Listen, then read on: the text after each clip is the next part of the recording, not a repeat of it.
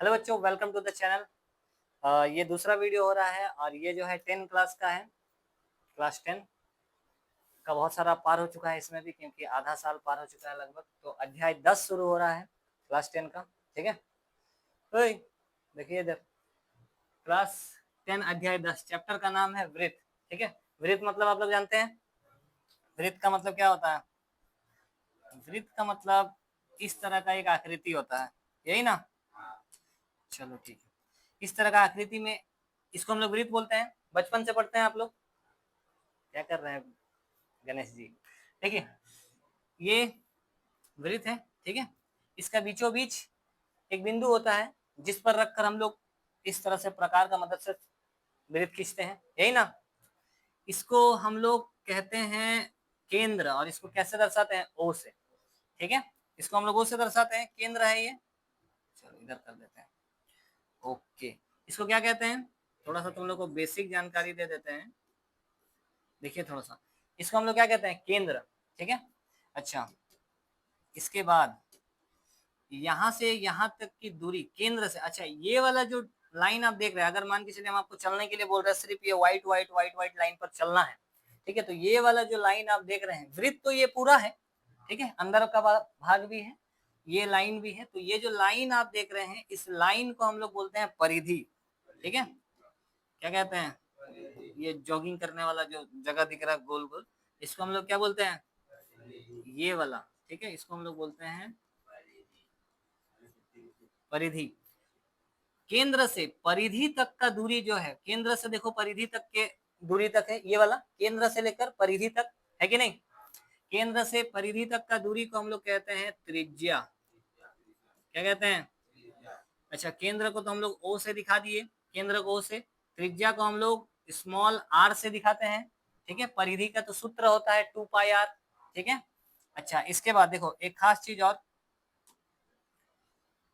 अगर केंद्र से परिधि तक का दूरी है तो त्रिज्या कहलाता है। अगर यहां से लेकर ये पूरा यहां तक आ जाता तो क्या कहते हैं? मान के चलिए ऐसा हुआ, केंद्र से होकर पार हो गया एक लाइन पूरा, तो इसको हम लोग कहते हैं व्यास। क्या कहते हैं?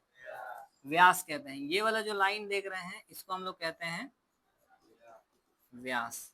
ठीक है, अच्छा इसको हम लोग कैसे दिखाते हैं? इंग्लिश में हम लोग इसको डायामीटर कहते हैं, इसलिए इसको डी से दिखाया जाता है। ठीक है, चलिए ठीक है। अब एक चीज और सीखने का बात है यहाँ पर, जो तुम लोग का अध्याय 10 में काम आने वाला है, जो हो सकता है कि आप लोग भूल गए हो। देखो, इस तरह का एक डिस्टेंस अगर लेते हैं, ये वाला दूरी, ठीक है, यहां से यहां तक, क्या इसको व्यास बोलेंगे? नहीं, व्यास किसको बोलते हैं? जो केंद्र से होकर पार होता है, उसको हम लोग व्यास बोलते हैं।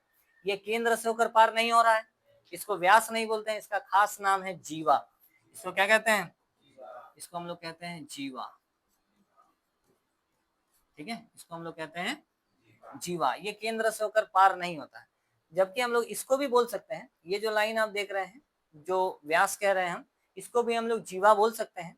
ठीक है, लेकिन क्योंकि ये केंद्र से पार हो रहा है, तो इसका खास नाम है व्यास। ठीक है, और आप लोग पिछला क्लास में पढ़ चुके हैं कि वृत्त की जो सबसे बड़ी जीवा होती है, वृत्त की सबसे बड़ी जीवा को क्या कहते हैं? व्यास कहते हैं, क्योंकि यही सबसे बड़ा होगा। आप इधर खींच लीजिए और कहीं से भी खींच लीजिए, वो छोटा होगा। देखो ये भी छोटा है कि नहीं? ये बड़ा लग रहा है कि नहीं लग रहा है? सब का सब छोटा होगा, सिर्फ ये केंद्र से जाने वाला जो भी लाइन होगा, बहुत सारा होगा, व्यास एक तो नहीं होगा, बहुत होगा, उसी को हम लोग व्यास बोलेंगे, जो केंद्र से होकर जाएगा, और वो सबसे बड़ी जीवा होगा।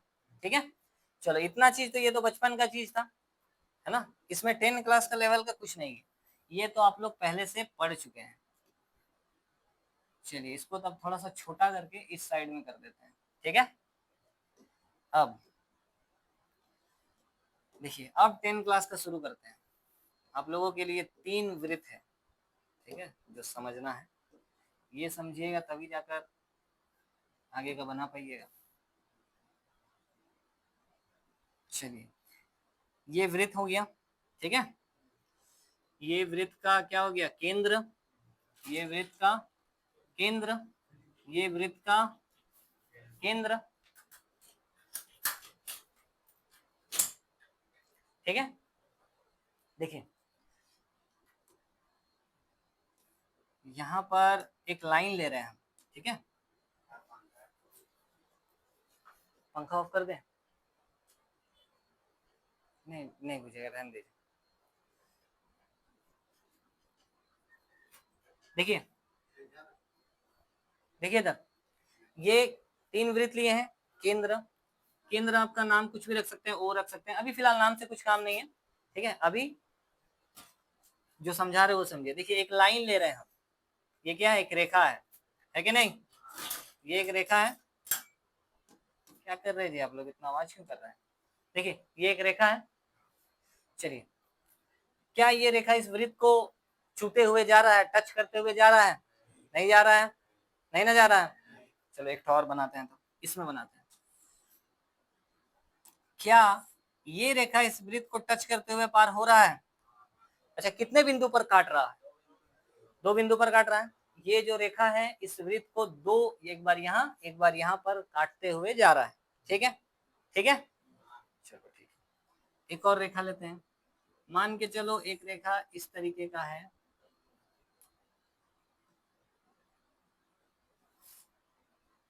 चलिए ये जो है, ये इसको, इस वृत्त को सिर्फ और सिर्फ एक बिंदु पर छूते हुए चला जा रहा है, टच करते हुए चला जा रहा है, सिर्फ एक बिंदु पर, ठीक है, ठीक है। 3 केस है आप लोगों के सामने, देख लीजिए। एक ऐसा है जिसमें लाइन वृत्त को नहीं टच किया है, एक ऐसा है जिसमें 2 जगह पर काट दिया है, और एक ऐसा है जिसमें एक बिंदु पर छूते छूते जस्ट टच करके पार हो गया, ठीक है। चलिए, तीनों का, तीनों स्पेशल केस है, तीनों का नाम है, तीनों रेखा का नाम है। ये जो रेखा है जो इसको नहीं काटा, इस वृत्त को, उसको हम लोग अप्रतिच्छेदी रेखा कहते हैं, अप्रतिच्छेदी रेखा, ठीक है।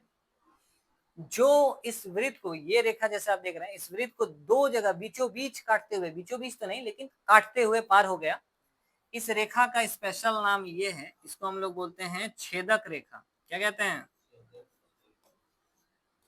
छेदक रेखा। और ये जो आप देख रहे हैं, जिसको ये लाइन इस वृत्त को एक बिंदु पर छूते हुए चला गया, यही सबसे बड़ा खिलाड़ी है इस चैप्टर का, ठीक है। इसको हम लोग कहते हैं स्पर्श रेखा। क्या कहते हैं? स्पर्श रेखा, इस रेखा को। और ये जो बिंदु जिस जगह पर उसको टच किया है, इस जगह को, इस बिंदु को हम लोग कहते हैं स्पर्श बिंदु। क्या कहते हैं?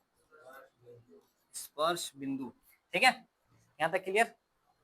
चलिए देखिए, अप्रतिच्छेदी रेखा जो नहीं टच किया, नहीं काटा, छेदक रेखा जो 2 जगह पर काटते हुए चला गया, और स्पर्श रेखा जो एक बिंदु को, अच्छा कितना सारा ऐसा हो सकता है बता दो कि एक जगह पर काटते हुए चला जाए?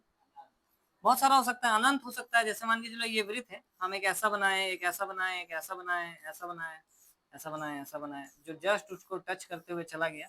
ऐसा बहुत हो सकता है, क्योंकि वृत्त पर अनंत बिंदु है कि नहीं? तो ऐसा अनंत रेखा होगा जो उसको, अनंत स्पर्श रेखाएं हो सकती है, ठीक है। कितना स्पर्श रेखा हो सकता है एक वृत्त पर? अनंत स्पर्श रेखा हो सकता है, ठीक है। चलिए यहाँ तक ठीक है, क्लियर। चलिए आगे बढ़ते हैं। अब इसके बाद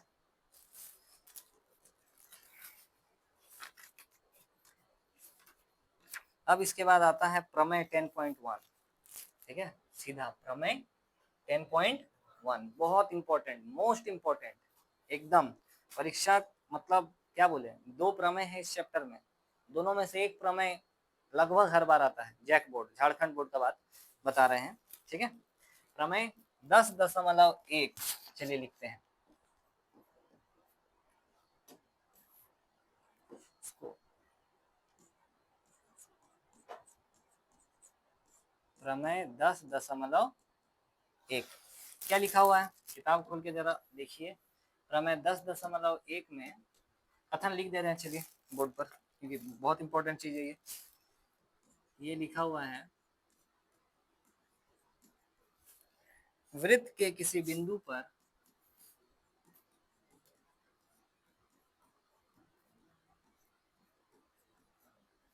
वृत्त के किसी बिंदु पर स्पर्श रेखा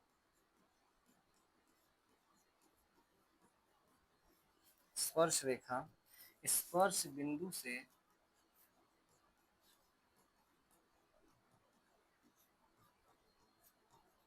स्पर्श बिंदु से जाने वाली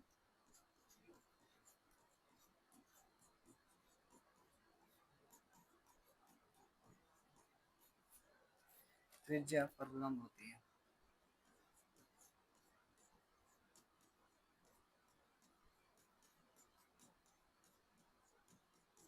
देखिए प्रमेय 10.1 का क्या कहना है। अच्छा, परीक्षा में आप लोगों को लगेगा किस प्रकार से सर क्वेश्चन लिखा रहता है। क्वेश्चन वगैरह इसका कुछ प्रमेय जब पूछा जाता है परीक्षा में तो सिर्फ ये लाइन लिखा रहेगा, ठीक है, कि वृत्त के सिद्ध कीजिए, ऐसा लिखा रहेगा, सिद्ध कीजिए कि वृत्त के किसी बिंदु पर स्पर्श रेखा स्पर्श बिंदु से जाने वाली त्रिज्या पर लंब होती है। उस समय ये भी नहीं लिखा रहेगा कि ये 10.1 प्रमेय हम आप लोगों के लिए दे रहे हैं, ऐसा नहीं लिखा रहेगा, सिर्फ ये कथन लिखा रहेगा। इसी को आपको याद रखना होगा, ये चीज प्रैक्टिस रखना होगा हाथ में, ठीक है, ताकि पहचान पाए कि ये वाला जो चीज है ये प्रमेय 10.1 है और इसको कैसे बनाना है, ठीक है। तो देखिए, चलो जो क्वेश्चन में बोला है उसको लिखते हैं। वृत्त के किसी बिंदु पर, एक वृत्त का उल्लेख किया गया है ना, वृत्त के बारे में। चलिए एक वृत्त बना लेते हैं। तो चलो ये वृत्त बन गया। वृत्त के किसी बिंदु पर स्पर्श रेखा, वृत्त का कोई बिंदु है जहां पर क्या है, स्पर्श रेखा। चलो वृत्त का मान लेते हैं, कोई भी बिंदु आप ले सकते हैं, चलो ये बिंदु ले लेते हैं, ठीक है। यहां पर इसका केंद्र होगा वृत्त का, ठीक है, केंद्र का नाम रख लेते हैं ओ। अच्छा, ये तो केंद्र है, ये वो बिंदु नहीं है। देखो क्या बोला है, वृत्त के किसी बिंदु पर, ये जो वृत्त है उसका कोई बिंदु है, मान लो ये वाला बिंदु है। इस बिंदु पर स्पर्श रेखा, इस बिंदु पर क्या है, स्पर्श रेखा। चलिए एक स्पर्श रेखा खींच देते हैं।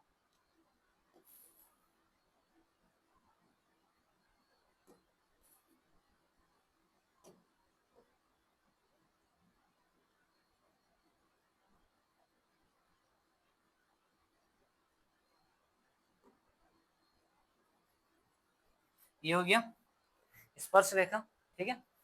वृत्त के किसी बिंदु पर स्पर्श रेखा स्पर्श बिंदु यही है, स्पर्श बिंदु से जाने वाली त्रिज्या पर, इस स्पर्श बिंदु से त्रिज्या जो जा रहा है, त्रिज्या मतलब केंद्र से परिधि तक का दूरी, ठीक है। ये देखा जाए तो परिधि है, तो ये बिंदु से केंद्र तक जो जा रहा है त्रिज्या, ये वाला त्रिज्या, ठीक है।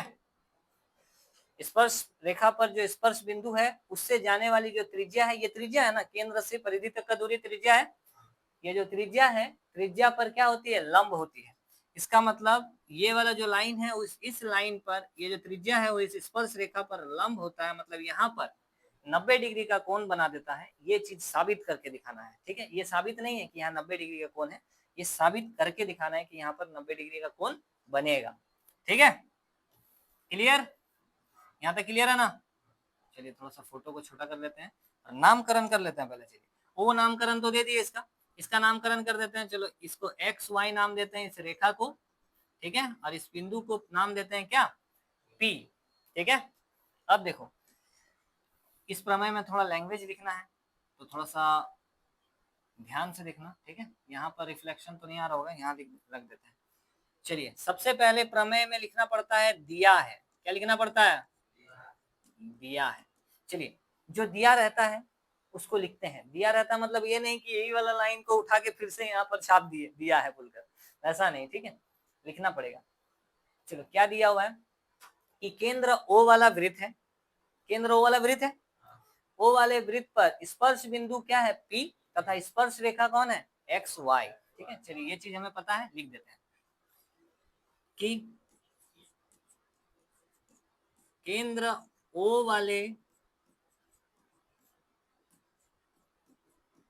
वृत्त पर या वृत्त के पी बिंदु पर, लिख देते हैं वृत्त के पी बिंदु पर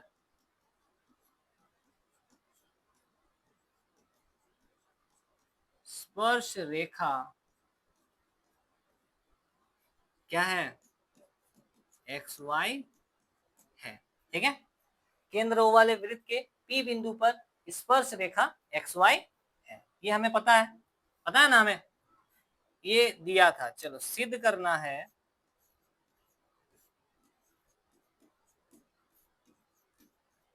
सिद्ध करना है, क्या सिद्ध करना है कि वो ओपी वाला जो त्रिज्या है, ठीक है, ये जो ओपी त्रिज्या है वो इस लाइन पर क्या है, लंब है। तो इसका मतलब है हम लोगों को साबित करना है कि ओपी लंब है किस पर, एक्स वाई पर, ठीक है, ओपी लंब है किस पर, एक्स वाई पर, ये साबित करना है, ठीक है। चलिए थोड़ा सा इसको ऊपर कर देते हैं।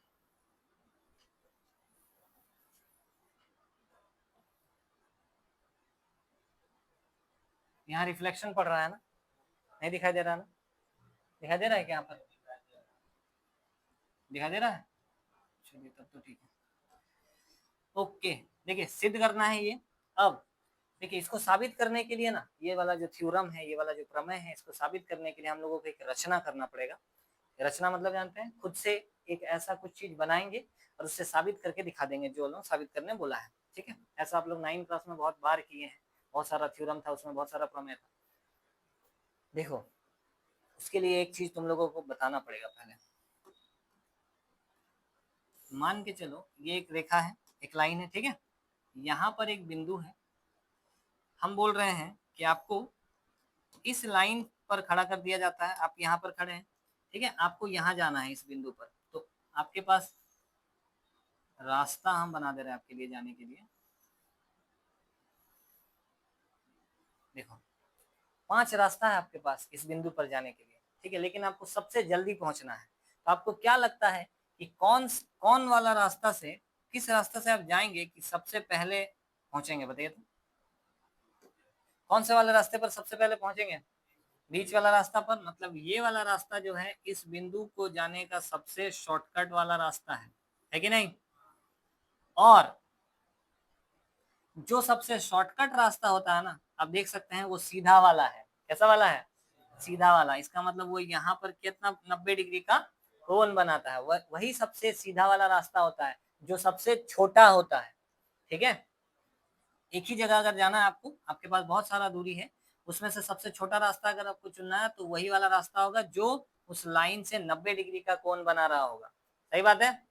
इसी चीज को हम उल्टा तरफ से बोलते हैं कि मान के चलो छोटा रास्ता, इसमें हम बोल दे रहे हैं आप लोगों को कि ये सबसे छोटा है, तो आप लोगों को खुद से दिमाग में आना चाहिए, अच्छा वो सबसे छोटा डिस्टेंस है, वहां तक जाने के लिए सबसे छोटा डिस्टेंस है, इसका मतलब है कि वो जरूर 90 डिग्री वाला होगा, लंब होगा। इसका मतलब ये वाला लाइन जरूर से इस लाइन पर क्या होगा, लंब होगा, 90 डिग्री बना रहा होगा, ठीक है। तो हम साबित कर देंगे यहाँ पर कि यहाँ पर हम एक और बिंदु लेंगे। मान के चलिए हम यहाँ पर एक और बिंदु लिए और यहाँ से डिस्टेंस को मिला दिए, ठीक है। फिर हम बोलेंगे इस बिंदु तक जाने के लिए आपके पास ये रास्ता है, ये रास्ता है, तो छोटा रास्ता कौन सा होगा, तो हम साबित कर देंगे सबसे छोटा रास्ता कौन सा होगा, ये वाला होगा। और जैसे ये साबित हो जाएगा कि सबसे छोटा रास्ता ये वाला है, और जो सबसे छोटा रास्ता होता है जो सबसे न्यूनतम दूरी होता है, ठीक है, छोटा रास्ता तो अपना भाषा में बोल रहे हैं, गणित की भाषा में उसको न्यूनतम दूरी कहते हैं, जो सबसे न्यूनतम दूरी होगा वही वो 90 डिग्री का होगा, लंब होगा। तो इस तरह से मेरा साबित हो जाएगा, ये हो जाएगा ना, क्लियर। चलिए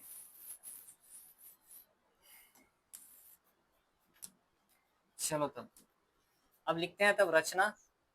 वो बिंदु तो लोग दिया नहीं है, दिया है क्या, एक और बिंदु नहीं दिया है, हम लोग खुद से ले लेते हैं। चलो रचना में वही लिखेंगे जो हम अभी खुद से करेंगे, ठीक है। चलिए एक बिंदु मान लेते हैं यहाँ पर हम ले रहे हैं, ठीक है। अच्छा एक बिंदु हम यहाँ पर ले रहे हैं, इस बिंदु का नाम हम रख दे रहे हैं क्यू। क्या नाम रख दे रहे हैं, क्यू बिंदु।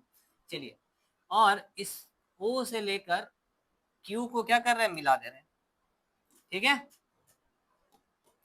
चलो तो हम क्या क्या किए, रचना हम क्या किए अपने से खुद से, हम एक्स वाई पर पी के अलावा, इस लाइन पर पी के अलावा एक और बिंदु लिए, कौन, क्यू, और क्यू से ओ को मिला दिए। इतना ही काम किए हैं, तो ये चीज लिख के बताना होगा। चलिए लिखेंगे हम, क्या लिखेंगे रचना में कि पी के अतिरिक्त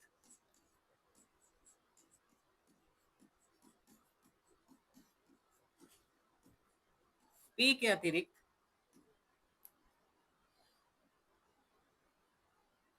एक्स वाई पर एक अन्य बिंदु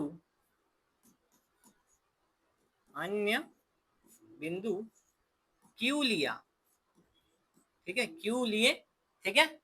अच्छा, तथा हैंडराइटिंग थोड़ा खराब हो जाता है कलम में, देखिए, एक्स वाई पर एक अन्य बिंदु क्यू लिया तथा ओ से क्यू को मिलाया, ठीक है। यहां तक क्लियर है कि नहीं? चलिए, यहां तक क्लियर है आप लोगों को कि जो काम किए वो हम बता दिए रचना में, जो अपने से किए, ठीक है। ये तो लोग दिया हुआ था, ये वो लोग दिया हुआ था कि साबित करके दिखाओ, तो हम उसको साबित करने के लिए अपने से एक चीज किए जिसके बारे में हम लिख दिए, पूरा खबर लिखे हैं। चलिए, अब लास्ट में होता है प्रमाण, ठीक है। क्या करना पड़ता है?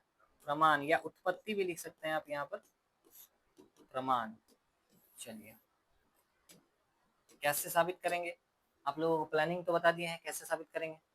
चलिए, इसमें क्या है ना, सिर्फ लिखने वाला लैंग्वेज, इसमें कुछ ऐसा मतलब जैसा गणित एक्चुअली में बनता है वैसा नहीं है, लिखने वाला है, ठीक है। तो थोड़ा प्रैक्टिस ज्यादा रखना पड़ेगा इसमें।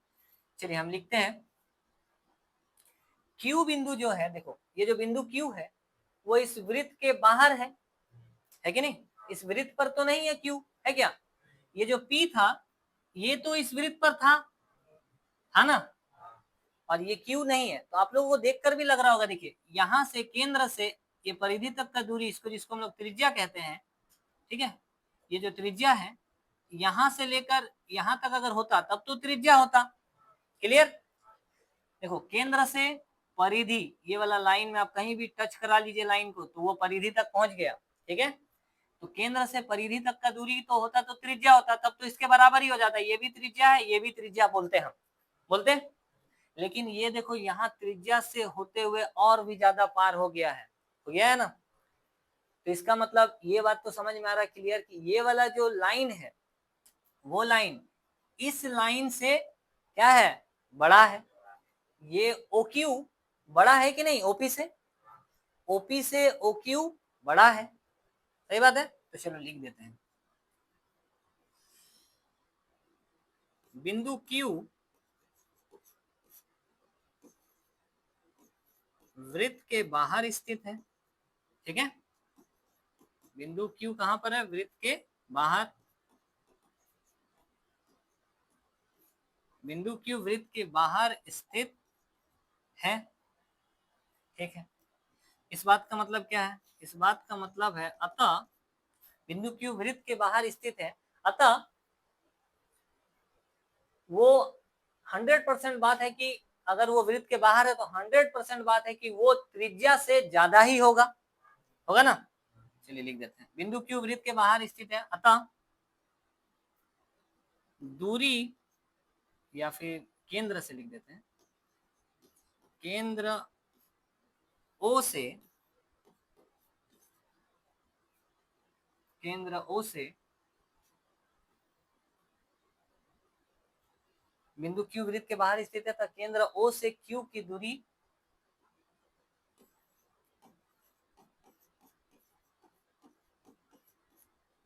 त्रिज्या से अधिक होगी कि नहीं? त्रिज्या से अधिक,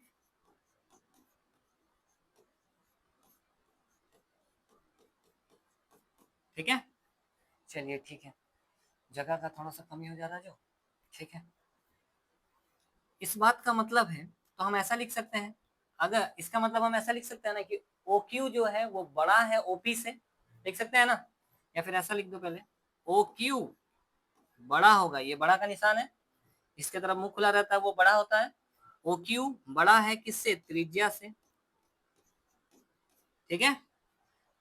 अच्छा, त्रिज्या कौन है? त्रिज्या है OP, तो यहाँ पर लिख देते हैं आगे, ठीक है। इसका मतलब OQ बड़ा हो जाएगा किससे? OP से, सही बात है। इसका मतलब क्या साबित हुआ? देखो, हो गया काम मेरा। इसका मतलब OP छोटा है, ये लाइन क्या है? बड़ा है, सही बात है। आप वृत्त पर, सॉरी इस रेखा पर कहीं पर भी बिंदु ले लीजिए, चाहे यहाँ यहाँ यहाँ यहाँ कहीं पर भी ले लीजिए, वो 100% OP से बड़ा ही आएगा, ठीक है, क्योंकि वो त्रिज्या से ज्यादा हो जाएगा तो उससे बड़ा ही आएगा। तो हम बोल देंगे अच्छा ऐसा है, इसका मतलब है कि OP ही इस XY रेखा पर OP P बिंदु ही ऐसा है जो कि O तक जाने वाला सबसे न्यूनतम दूरी है, और सबसे न्यूनतम दूरी है इसका मतलब है कि वो कितना डिग्री का बना रहा होगा, 90 डिग्री, बस साबित हो जाएगा। ठीक है, चलिए लिख देते हैं, यहाँ पर एक लाइन दे देते हैं। ठीक है, मिक्स हो जाएगा नहीं। चलिए, इस प्रकार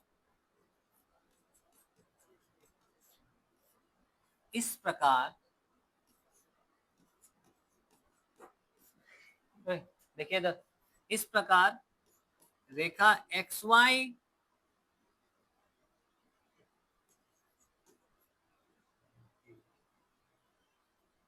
रेखा XY के सभी बिंदुओं की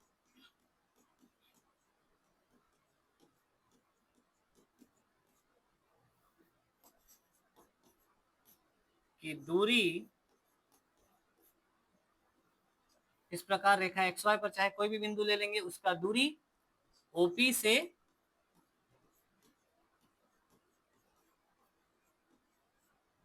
से अधिक होगी। ठीक है, और इस बात का मतलब है अतः OP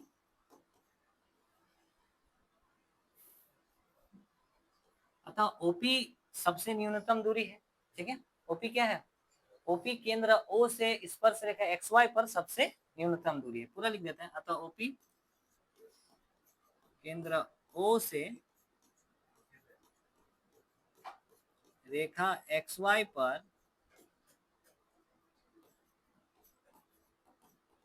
सबसे न्यूनतम दूरी है। ठीक है, चलिए, इसका मतलब ये है, इसका मतलब क्या है, इसका मतलब है कि OP लंब है किस पर, XY पर। बस हो गया सत्यापित। ठीक है, साबित हो चुका है। देखिए, इतना लिखना पड़ेगा। ये प्रमेय 10.1 जो है थोड़ा सा लिखने वाला है। 10.2 प्रमेय जब पढ़ेंगे वो बड़ा आसान लगेगा, अगर ये वाला आप लोगों को अच्छे से आता है तो। देख लीजिए, क्या क्या कहीं पर कुछ पूछना है क्या, नहीं। ये हो गया प्रमेय 10.1। समय कितना हो गया, ठीक है।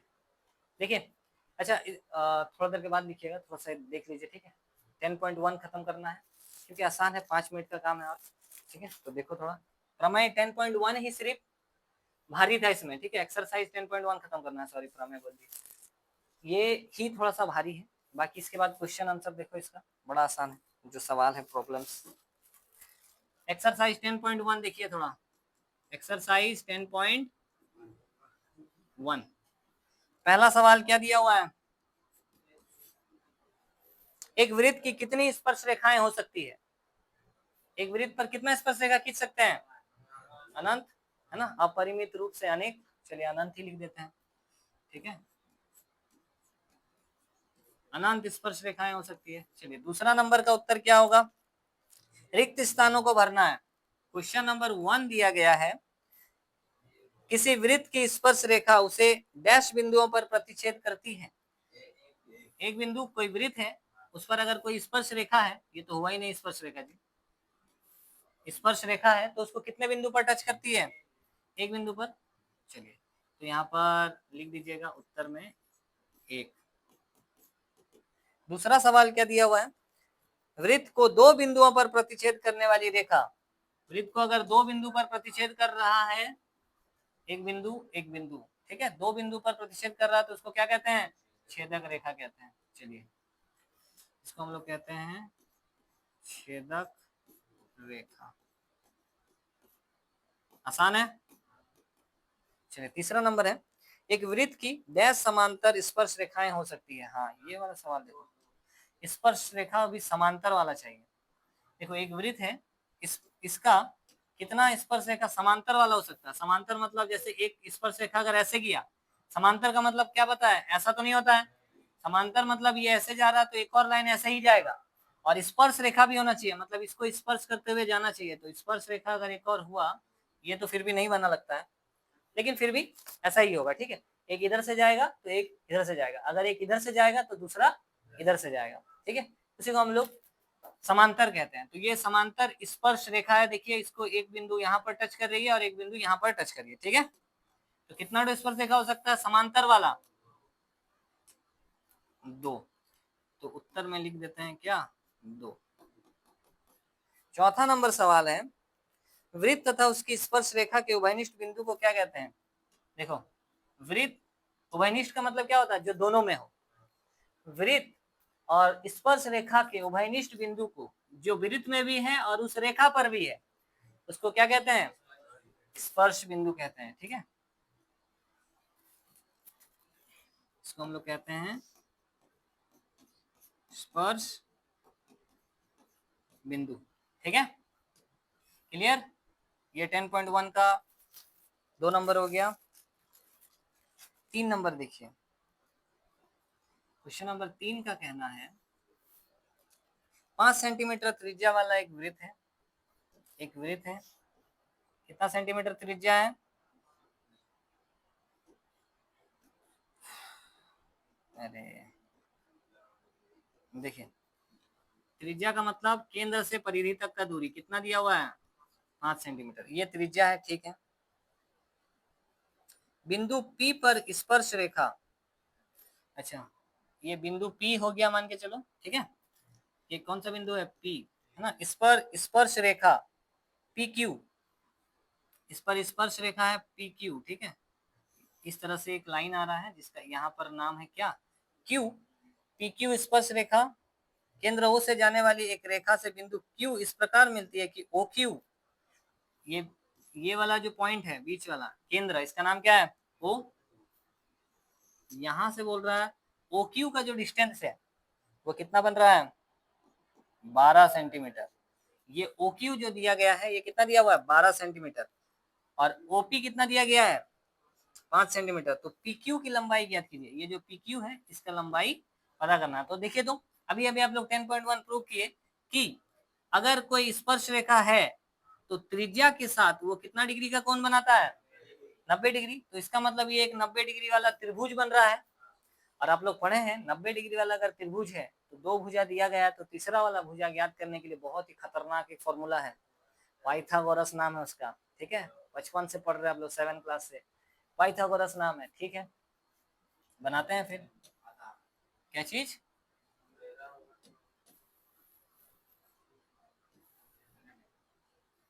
बस बस हो गया, देखो छुट्टी हो जाएगा थोड़ा देर में। देखो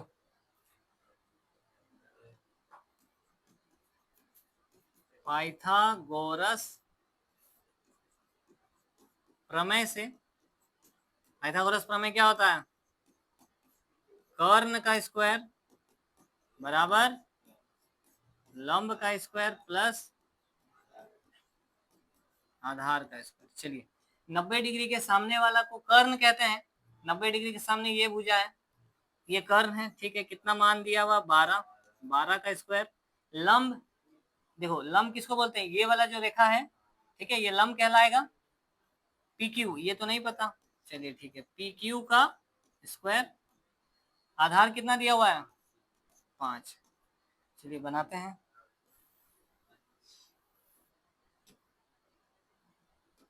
ये हो जाएगा कितना? 144। ये हो जाएगा PQ का स्क्वायर और ये हो जाएगा 25। ये प्लस का 25 इधर आने पर क्या बनेगा? 144 माइनस 25, इधर क्या बचेगा? PQ का स्क्वायर। ये कितना बन जाएगा? हटाइए फटाफट। ये बनने वाला है 119, ठीक है। इधर क्या बचा है? PQ का स्क्वायर हटाएंगे तो इस तरफ क्या आएगा? रूट का 119 और इधर बचेगा PQ। यही हमको खोजना था, खोज लिया हम लोगों ने, ये वाला खोज लिया, ये हमारा उत्तर। देखिए ऑप्शन वाला है ये। ऑप्शन कितना नंबर होगा?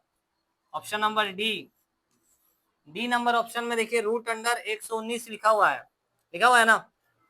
चलिए लास्ट, खत्म हो गया। इसको थोड़ा ऊपर कर लेते हैं। देखिए चौथा नंबर सवाल है कि एक वृत्त खींचिए, एक वृत्त खींच रहे हैं, ठीक है, एक वृत्त खींच दिए। अब एक रेखा दिया गया है, दी गई रेखा के समांतर एक रेखा मान के चलिए दिया गया है, चलिए एक रेखा खींचते हैं। मान के चलिए ये हमारा रेखा हुआ, ठीक है, ये रेखा हुआ।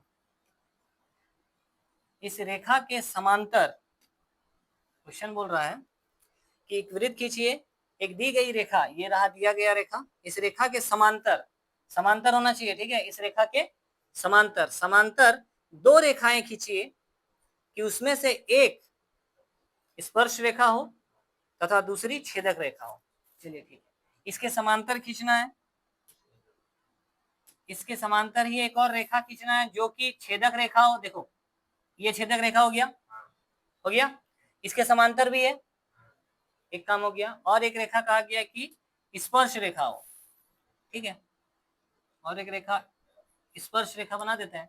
देखिए ये बन गया ना स्पर्श रेखा, एक बिंदु पर इसको टच करते हुए जा रहा है, इसको हम लोग बोलेंगे स्पर्श रेखा। ये दो बिंदु को काट दे रहा है एक वृत्त को, मतलब वो छेदक रेखा। और देखो तीनों आपस में समांतर है कि नहीं है? बस यही इसका उत्तर था, आपको यही फोटो बनाना था बस, ठीक है, बस खत्म हो गया आज का जो है पढ़ाई। और साथ ही साथ प्रमेय 10.1, प्रमेय 10.1 खत्म हो गया। इसमें तीन ही पेज है, देखो तीन पेज आप लोग पढ़े हैं, जिसमें ये सबसे महत्वपूर्ण वाला बहुत इंपॉर्टेंट, ये तो आप लोगों को तुरंत याद हो जाएगा, ये बहुत इंपॉर्टेंट, इसको प्रैक्टिस बहुत बार प्रैक्टिस करना होगा और ये तो आप लोग समझ जाएंगे, है ना, ये सब ऑब्जेक्टिव में पूछा जाता है, ठीक है। चलिए इस वीडियो को यहीं पर खत्म करते हैं, बहुत ज्यादा हो गया, बहुत ज्यादा समय हो गया आप लोगों का भी। चलिए उतारिए इसको।